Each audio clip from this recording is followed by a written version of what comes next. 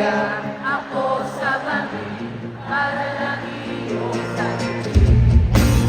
Ito ang tanging paraan para mayakap ka.